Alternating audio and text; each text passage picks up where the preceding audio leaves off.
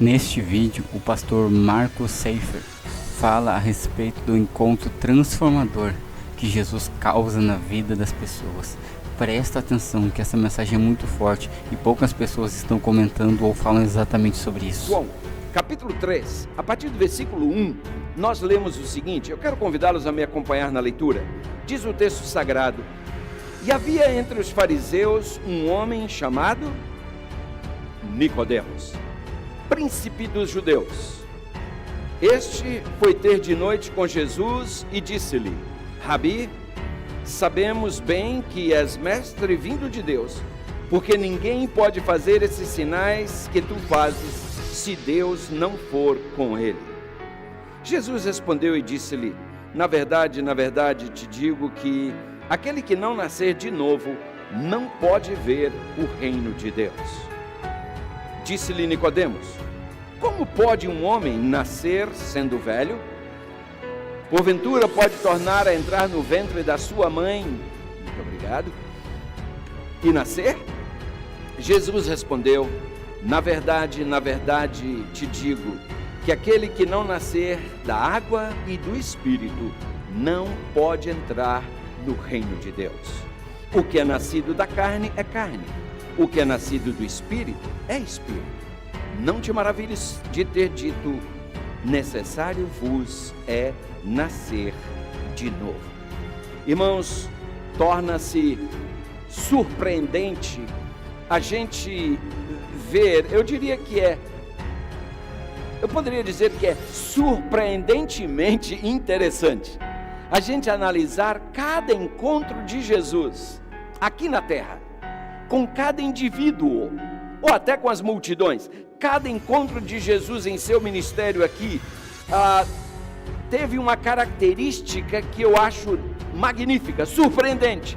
E se eu pudesse resumir essa característica numa palavra, essa palavra não poderia ser outra senão intencionalidade. Cada vez que Jesus se encontrava com alguém, Jesus tinha uma intenção em mente. Cada encontro de Jesus era intencional, não era casual, não era uma coincidência, era sempre uma providência. Intencionalidade. Pense nessa palavra. Não acha você que essa palavra deveria também caracterizar nossos encontros, nossos contatos? Não acha você que esse PowerPoint deveria funcionar? Penso que nós deveríamos ter, em cada encontro que fazemos, em cada relacionamento que desenvolvemos, deveria haver intencionalidade.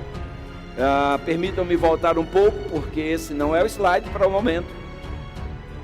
Penso que nós estamos tendo um pequeno problema de ordem técnica. Eu apreciaria se alguém o senior, pudesse ficar aí nos slides para mim, por gentileza, porque esse momento não pode falhar. Se puder ter um senior e não um aprendiz, eu apreciaria com todo carinho aos nossos aprendizes. Muito obrigado. Nossos encontros deveriam ser caracterizados por intencionalidade. Ou seja, cada vez que você manda um texto, uma mensagem de texto para alguém, você deveria ter uma intenção. Até que às vezes a gente tem, não é? Só não são as melhores. Qual deveria ser nossa intenção como cristãos, irmãos? Escatologicamente falando, e se você dizer o que é isso, escatologicamente? Escatologia é tudo que tem a ver com a iminência da volta de Jesus. Então, escatologicamente falando, nós estamos vivendo no fim do tempo do fim. Eu gostaria de ouvir um amém, mas parece que ele se perdeu. Mas olhem, estamos no fim do tempo do fim. Alguns há que olham para a estátua de Nabucodonosor, não é isso? Do sonho dele, Daniel 2, e dizem: estamos nos pés da estátua. Não estamos não, estamos na pontinha da unha. Jesus está voltando. Amém pelo seu amém, porque quando você fala amém, eu digo: opa, o pessoal acredita nisso. Então, irmãos, nós deveríamos ser mais intencionais. Às vezes a gente fica horas com alguém ao telefone e não fala nada de Jesus. A gente manda piadinha, coisa engraçada pelas redes sociais, nada de Jesus. Irmãos, Jesus era intencional. Cada encontro que ele tinha, ele visava uma alma que precisava se salvar. E por isso digo eu que nós deveremos ter semelhante intencionalidade em nossos encontros, irmãos, porque Deus estabeleceu sua igreja aqui na terra não para ser um clube de crentes, não para ser um ponto de encontro, não para ser um lugar onde, felizmente não é nosso caso, mas eu tenho estado em algumas igrejas onde o pessoal vai desfilar sua roupa nova, desfilar seu carro novo no parking lot. Felizmente não é o caso aqui, eu louvo a Deus por isso.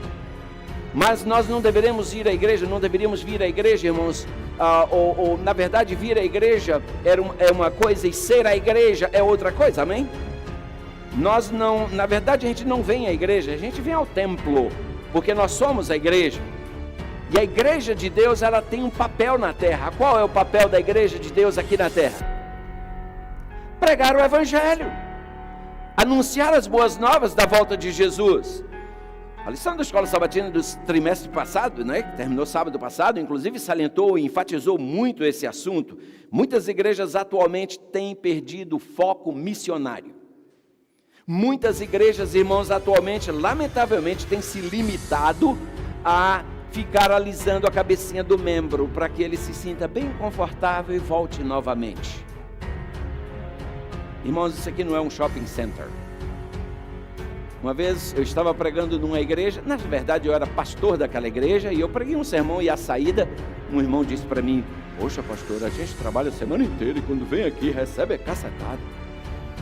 Amigão, se foi cacetada para você, você está precisando, porque para quem não foi, passou direto. Eu quando entro no hospital, irmãos, eu não espero que o médico me ofereça suquinho, eu sei que ele vai acabar me dando uma injeção, uma furada ainda, e eu ainda vou agradecer e pagar.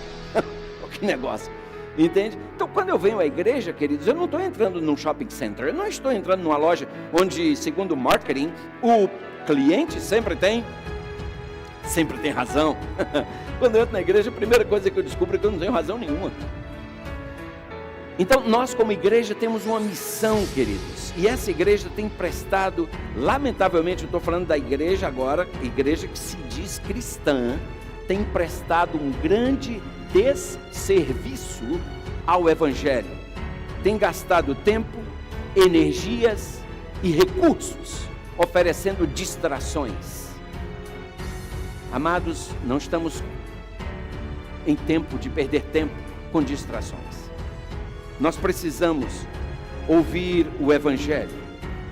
Paulo nos diz que o evangelho é o poder de Deus para que, quem se lembra? Para a salvação de todo aquele que crê. Se o que nós estivermos fazendo, irmãos, não estiver contribuindo para a salvação de almas, paremos de fazer na hora.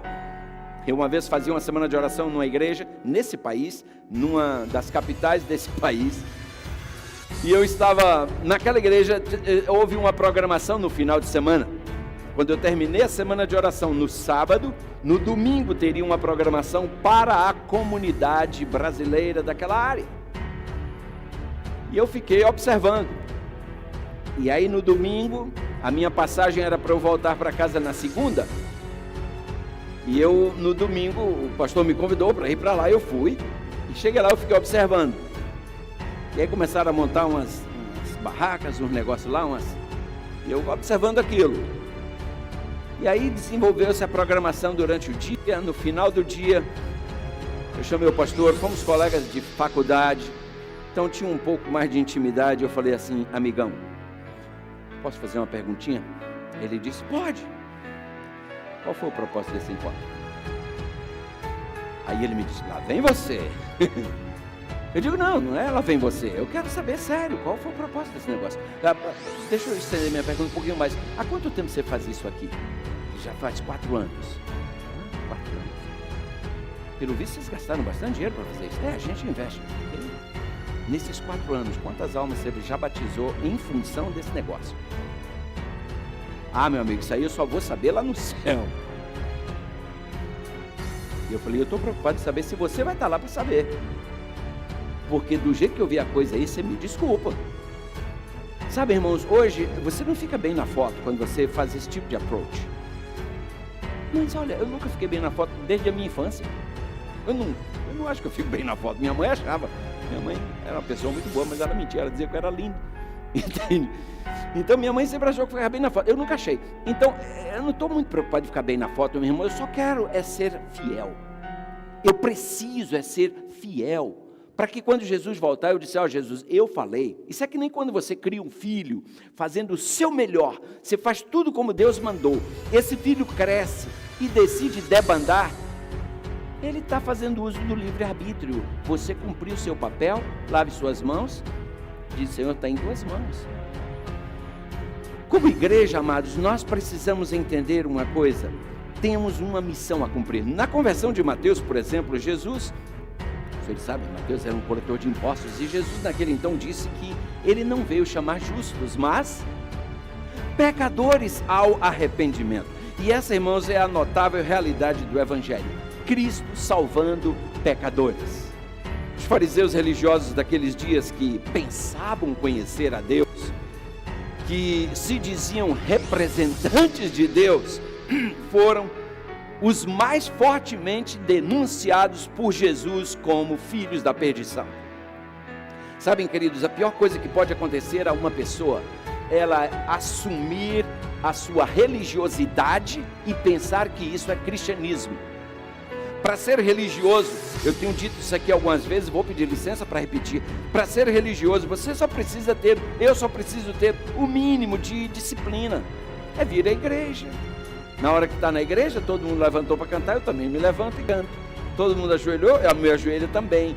Vem a oferta, eu dou minha oferta. Aí terminou, pronto, é religioso, lindo. Agora, e o que acontece daquela porta para fora? Aí é hora de eu mostrar o meu cristianismo. Porque religiosidade fica ali na porta. Cristianismo me acompanha. Amém? Cristianismo vai comigo no carro. Cristianismo chega na minha casa. Cristianismo altera o círculo onde eu estou, para bem, para melhor. Em casa, no trabalho, na escola. Isso é cristianismo. Então os fariseus, porque eram bons religiosos, achavam que estava tudo bem entre eles e Deus. Sabe, irmãos, a falsa religião é a estratégia satânica mais poderosa que ele tem no seu arsenal. Sabe por quê, amados? Porque a falsa religião, ela tem essa habilidade de, muitas vezes, confundir. A falsa religião engana, a falsa religião explora, a falsa religião mente, a falsa religião distorce. A falsa religião afasta de Deus. E o que não falta hoje no mundo cristão é falsa religião. Indivíduos sem escrúpulo algum, que estão vendendo bênçãos, que estão prometendo curas e milagres. Deus, quando esteve aqui na terra, na pessoa de Jesus Cristo, não curou todo mundo. Ou curou? Não ressuscitou todo mundo, não resolveu os problemas de todo mundo. Então, amados, essas religiões que prometem, hoje tem a religião, né? O evangelho da prosperidade. Amados, isso não é bíblico, isso é satânico. Deus diz: do suor do teu rosto comerás o teu pão. Quer prosperar? Confie em Deus, consagre sua vida a Deus, porque a minha Bíblia diz: bem-aventurado o varão que não anda segundo o conselho dos ímpios, não se detém no caminho dos pecadores, nem se assenta na roda dos escarnecedores, antes tem o seu prazer na lei do Senhor, e na sua lei medita de dia e de noite. Estão lembrados? Esse homem será como uma árvore plantada junto a ribeiros de água, cujas folhas não caem, cujo o fruto não murcha. E diz o texto: e tudo quanto ele fizer, o que é que diz agora? Prosperará. Mas notem, prosperará se ele for um varão que não anda segundo o conselho dos ímpios, não se detém no caminho dos pecadores, nem se assenta na roda dos escarnecedores. Muito pelo contrário, tem o seu prazer na lei do Senhor, e na sua lei medita de dia e de noite. Ele vive a lei do Senhor. A lei aqui engloba toda a Escritura. Esse homem, essa mulher, fiel a Deus, temente a Deus, tudo que fizer prosperará. Mas isso não é sinônimo de que vai ter uma conta bancária sempre derramando dinheiro. Prosperidade nem sempre é medida por cifrões. Prosperidade nem sempre é medida por números. Se você não adoece, se sua família desfruta paz e a lista segue, isso é prosperidade, isso é bênção. O problema nosso, na maioria das vezes, nós estamos olhando o vizinho e invejando o carro dele, esquecendo que ele tem uma conta para pagar todo mês daquele carro. Eu tenho meu carrinho velho, mas está pago e me leva no mesmo lugar que o do vizinho leva, e o meu está pago. Outro dia alguém me disse: pastor, o senhor ainda está com o mesmo carro? Eu falei: desde 2012. Se ele me leva para onde eu preciso. E a pessoa disse: está com quantas milhas? Eu falei: 250 mil. E anda, eu falei: sem quebrar, vai e volta.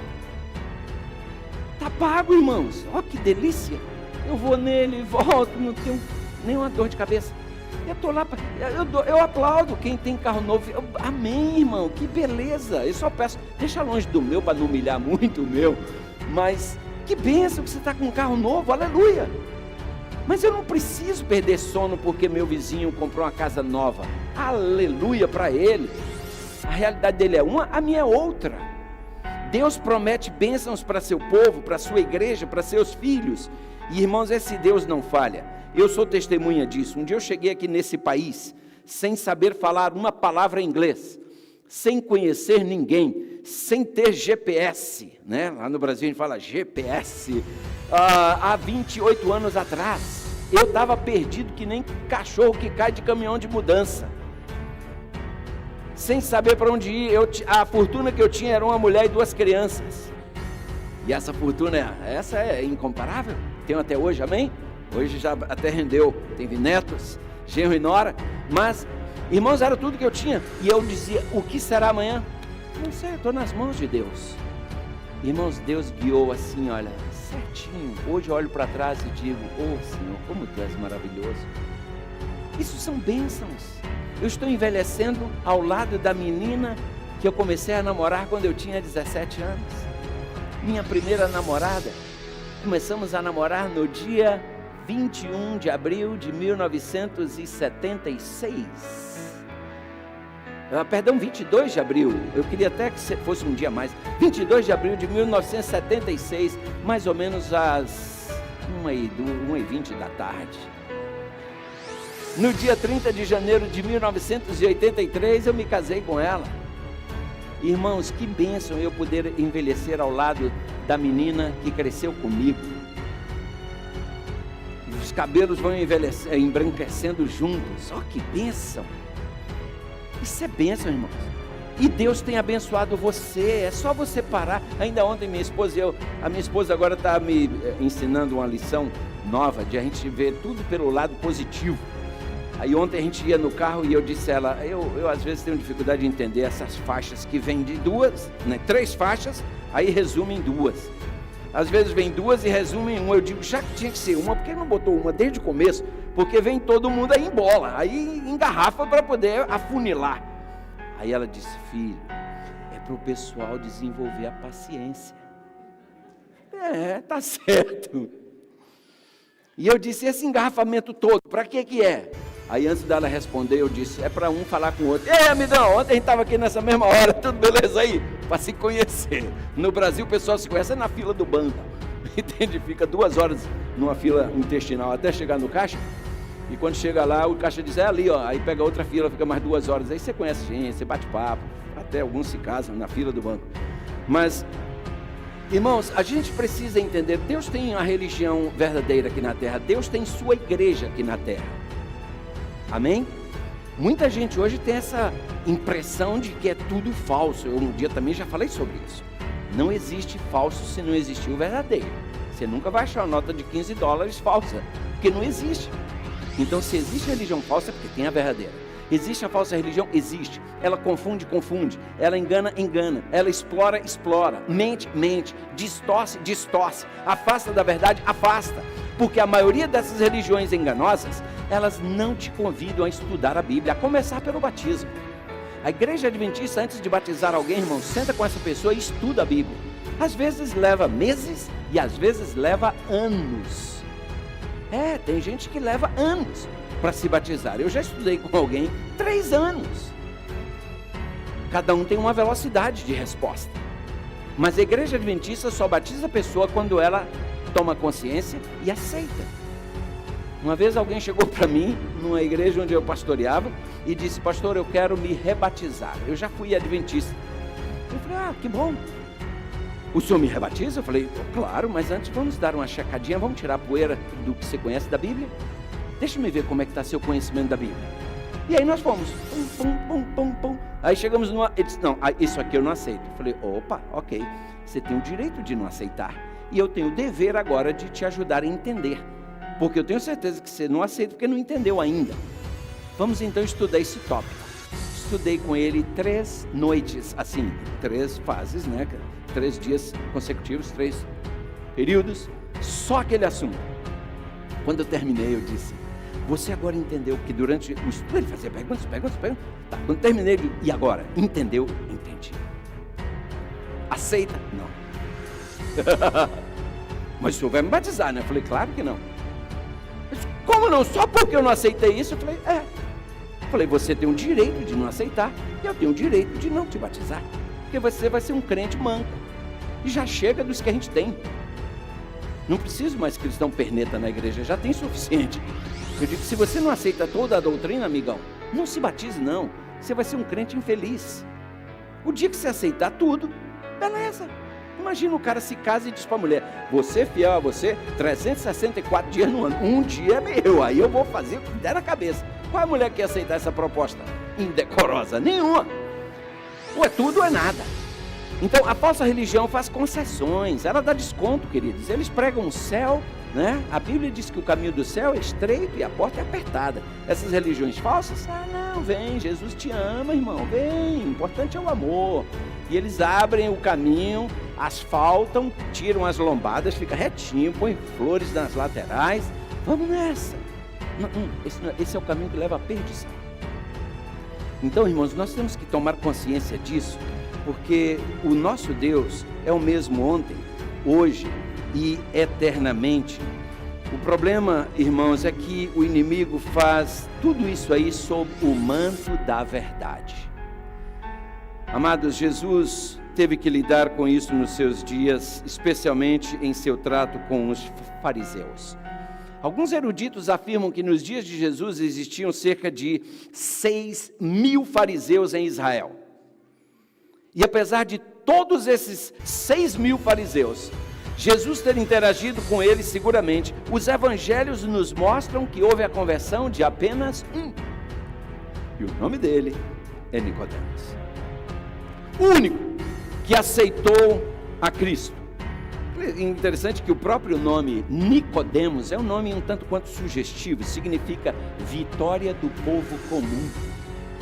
Nicodemos também pode significar líder do povo. E no livro O Drama da Paixão, a página 133, irmãos, quem gosta de pregar bons sermões, esse livro tem que estar na sua estante. Eu já o li de capa a capa, eu tenho guardado, sublinhado, digerido, e parece que na nossa igreja que nós temos esse livro ali, O Drama da Paixão, escrito pelo Dr. Amin Rodor, um dos maiores cérebros da teologia adventista no Brasil e na América do Sul. E Dr. Amin Rodor nesse livro fala que Nicodemos era um homem piedoso, era um homem importante e era um homem influente.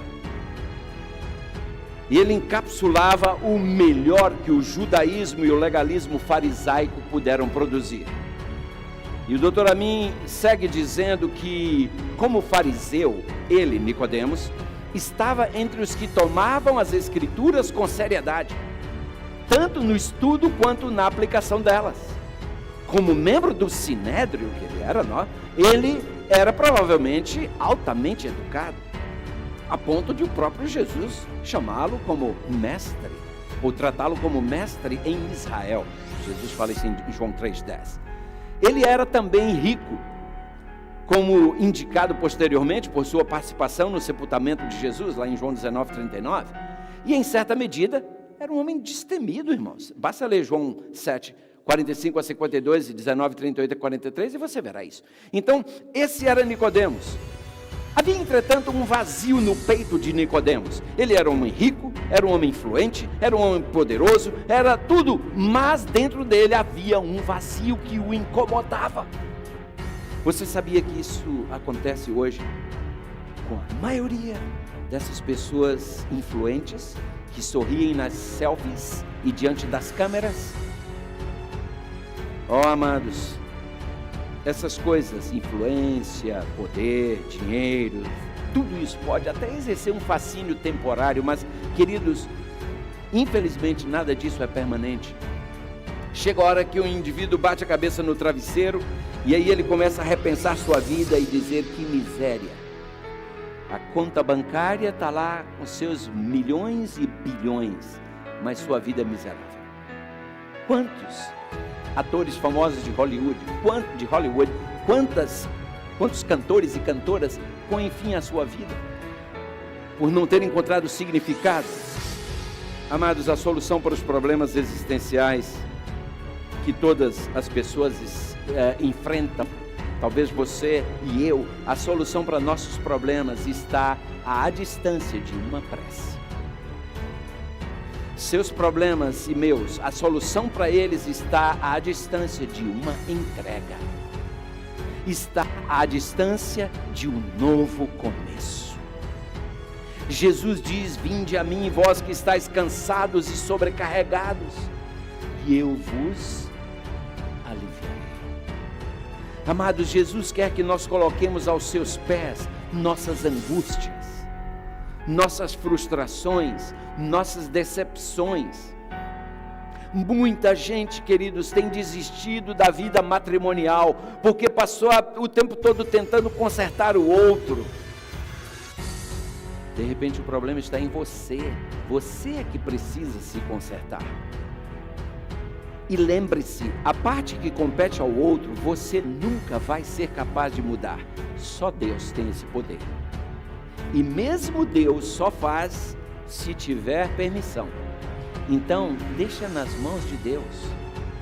Eu quero usar uma frase aqui para você, se você esquecer de tudo, mas não esquecer dessa frase, talvez você vai enfrentar algumas situações melhor.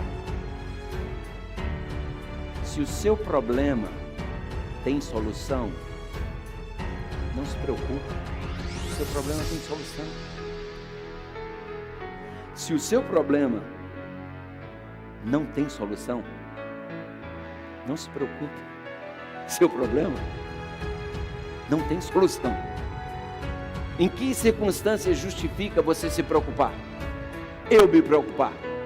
Em que circunstância? Nenhuma. Se meu problema tem solução, para que preocupar? Ele tem solução. Mas se ele não tem solução, para que me preocupar? Ele não tem solução. Às vezes a gente está querendo resolver o que não tem solução, e a gente se descabela, mas não tem jeito. Aceita. Por isso eu gosto daquela precezinha que diz: Senhor, dá-me forças para mudar o que eu posso mudar, dá-me resignação para aceitar o que eu não posso mudar, e dá-me sabedoria para eu saber fazer a diferença. Amados, Ellen G. White, ela afirma que a razão por que o mundo incrédulo não é salvo é que eles não escolhem ser iluminados. O problema do ser humano hoje é o afastamento de Deus. Cada dia o homem se afasta mais de Deus, e o diabo se utiliza de diversos instrumentos, circunstâncias, até mesmo a pandemia, queridos, para mim, foi um grande instrumento usado pelo diabo, porque as pessoas ficaram muito tempo longe da igreja, longe do convívio cristão na igreja, e alguns nunca mais voltaram. Então nós temos que estar alertos para um inimigo que está trabalhando o tempo todo. Sabe, os velhos costumes, aquelas tendências hereditárias, os antigos hábitos precisam ser abandonados, queridos. A graça de Deus não é herdada, ela é alcançada. A gente vai a Cristo e Ele nos concede. Não dá para eu pegar por herança através dos meus pais. Nós precisamos, irmãos, fazer um balanço na nossa bagagem e começar a jogar fora muita coisa. Eu tenho dito, muita gente entra para o novo ano com a velha vida. Existe uma diferença entre você ter um novo carro e um carro novo, concordam? Um novo carro pode ser um carro velho que eu comprei, eu tenho um novo carro, mas é velho, é um novo carro. Agora, se eu disser que eu tenho um carro novo, aí é outra história, esse é zerinho. Então muita gente tem apenas um novo ano, não tem um ano novo, porque entra para o 2024 trazendo a bagaceira de 2023, vai se arrastando infeliz pela vida. Paulo diz, esquecendo-me das coisas que para trás ficam. Irmãos, tem muita coisa que a gente precisa apagar e esquecer, não tem jeito. Perdoar é um negócio que significa mais ou menos isso. A palavra perdão em português, se você olhar bem, é uma perda grande, não é? É um perdão. Perdoa, meu amigo, esquece. Mas eu fiquei no prejuízo. Ok, esquece. Você não vai mudar, não vai recuperar, esquece. E inicia uma nova jornada.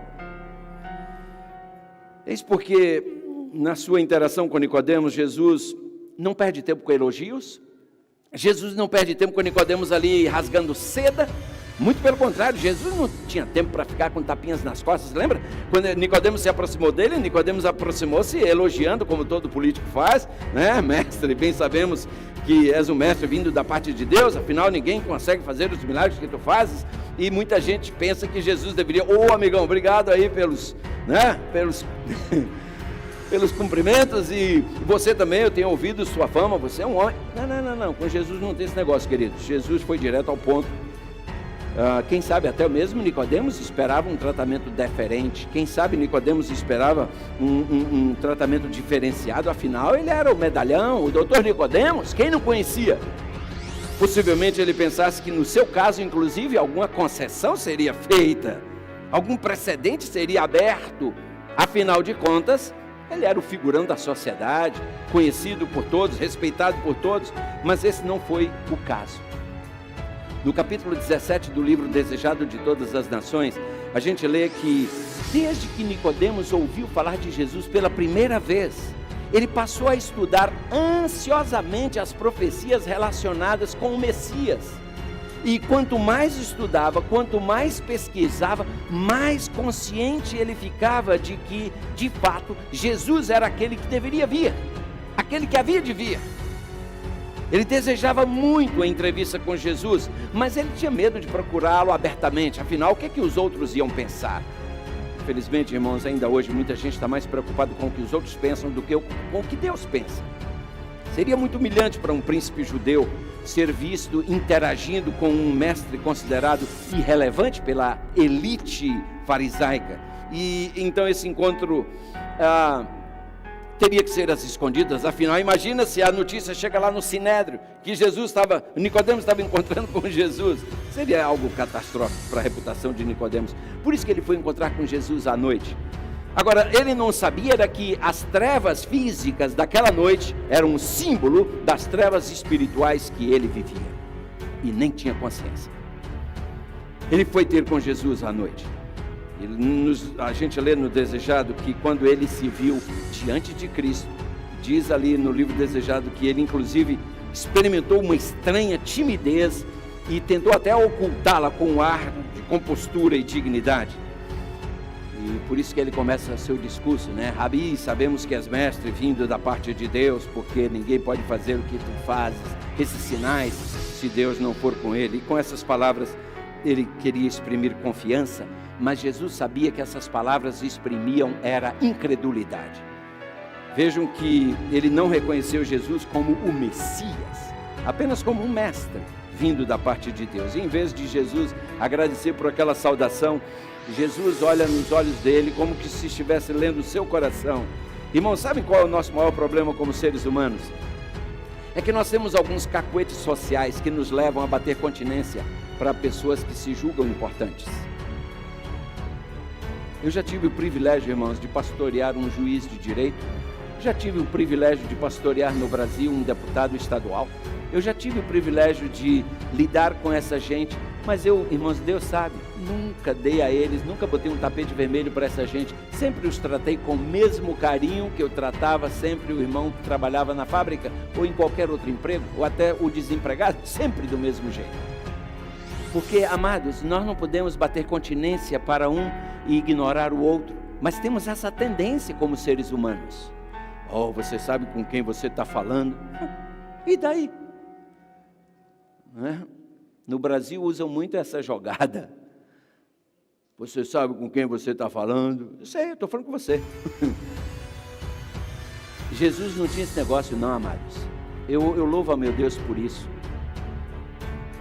Muitas vezes a gente revela um vergonhoso espírito de subserviência, estendendo o tapete vermelho para aqueles que a gente pensa que são importantes. E aqueles que são infectados, e eu diria afetados por esse espírito, seguramente pensam que Jesus teria que ter demonstrado alguma deferência especial para Nicodemos. Agora, interessante que o Dr. Amin Rodor, no mesmo livro que eu já mencionei, O Drama da Paixão, ele diz assim: uma das primeiras lições que nós aprendemos com Cristo é que ele nunca diminuiu exigências para facilitar a aceitação. Método muito conhecido e praticado hoje. Qual é o método, irmãos? Vou voltar para você pegar. Diminuir exigências para facilitar a aceitação. A falsa religião faz isso, ela dá descontos. Olha, Deus diz que é para guardar o sábado, mas se você guardar o domingo está bem, afinal um diazinho a mais ou a menos não faz diferença. A falsa religião faz isso, ela dá desconto para que você possa, para facilitar a aceitação. Jesus nunca fez isso e a Igreja de Cristo não faz isso. Amém pelo seu amém. E segue. Reduzir as demandas para ampliar os resultados tornou-se prática comum do evangelismo estatístico. Subserviência à psicologia do sucesso. Entusiasmo ou preocupação com o crescimento numérico, que fala mais da nossa preocupação conosco mesmos do que com a preocupação com os destinos eternos das pessoas. Eu estou te falando, esse livro eu quase sublinhei ele todo. Cada uma dessas frases me tocaram. Irmãos, com uma franqueza quase cruel, Jesus deixa claro para aquele fariseu sentado diante de si que não existe remédio doce para a maior enfermidade humana, que é o afastamento de Deus. Não existe. Não existe shortcuts, não existe atalhos. E Jesus deixa isso claro para Nicodemos. Ellen White, inclusive, fala que invenção humana alguma pode encontrar o remédio, ou pode encontrar o remédio para a alma pecadora. Cristo resume a entrada no reino a uma condição básica. Aquele que não, leia comigo, aquele que não nascer de novo não pode ver o reino de Deus. Queridos, nascer de novo significa começar do zero, voltar à estaca zero, ou seja, é fazer pulsar em nós um coração que está morto desde que o pecado entrou no mundo. Jesus Cristo diz: eu sou a ressurreição e a vida. Só há vida em Cristo. Quem não está em Cristo pode respirar, pode andar, pode comer, beber, falar, mas é morto. É um zumbi que anda por aí. Porque vida você só passa a ter quando você tem dentro de si, quando eu tenho dentro de mim, Cristo. Ele é vida. E todos que têm Cristo têm a vida. A Bíblia não diz que terão a vida, têm a vida. Nascer de novo, irmãos, ou nascer de cima, significa que você e eu passamos a viver de forma correta. Amém. Nascer de novo significa viver de forma correta. Nascer de novo significa nascer de novo significa nascer de novo significa nascer de novo significa quantos aqui já foram batizados? Batizados. Amém, eu também. Agora não precisa levantar a mão, tá? Eu não quero fazer ninguém passar vergonha. Quantos de nós nascemos de novo? Quantos de nós temos vivido de forma correta? Pensado de forma correta? Visto de forma correta? Sentido de forma correta? Quantos de nós agimos e reagimos, especialmente reagimos de forma correta? Pensa nisso. Aí você vai poder saber se você nasceu de novo ou se apenas foi molhado. Ou molhada. Eu sei, irmãos, isso é amargo. A pílula não é doce, amados. Bem-vindo ao reino de Cristo. Irmãos, viver de forma correta, pensar de... quarta-feira eu preguei aqui, os amados que estiveram aqui na quarta-feira, alguém se lembra ainda qual foi o sermão, o tema que a gente falou aqui na quarta? Quem se lembra?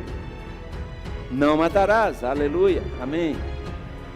Irmãos, nós no sermão de quarta, e está na internet, se você puder assistir depois, você que não tem tempo para vir na quarta, nós falamos que matar não sempre significa tirar a vida física. Você sabia que quando você fala mal de alguém, você está matando? Você sabia disso? Irmãos, quantas vezes a gente emite a opinião da gente sem conhecer a história que está por detrás? E a gente diz, por que estão fazendo isso? Porque a gente, e sem conhecer o que está por detrás. A gente pensa que sabe, mas não sabe. Então, irmãos, pensar de forma correta, viver de forma correta, ver de forma correta. Eu ainda deveria ter acrescentado ali, falar de forma correta. Novo nascimento, irmãos, afeta tudo isso. E a pergunta é, e agora? Novo nascimento, amados, que foi o que nós acabamos de presenciar aqui através do batismo, consiste em se ter novos motivos, novos gostos, novas tendências, novo estilo de vida. Amém, irmãos? Será que eu nasci de novo mesmo ou apenas me molhei um dia no tanque?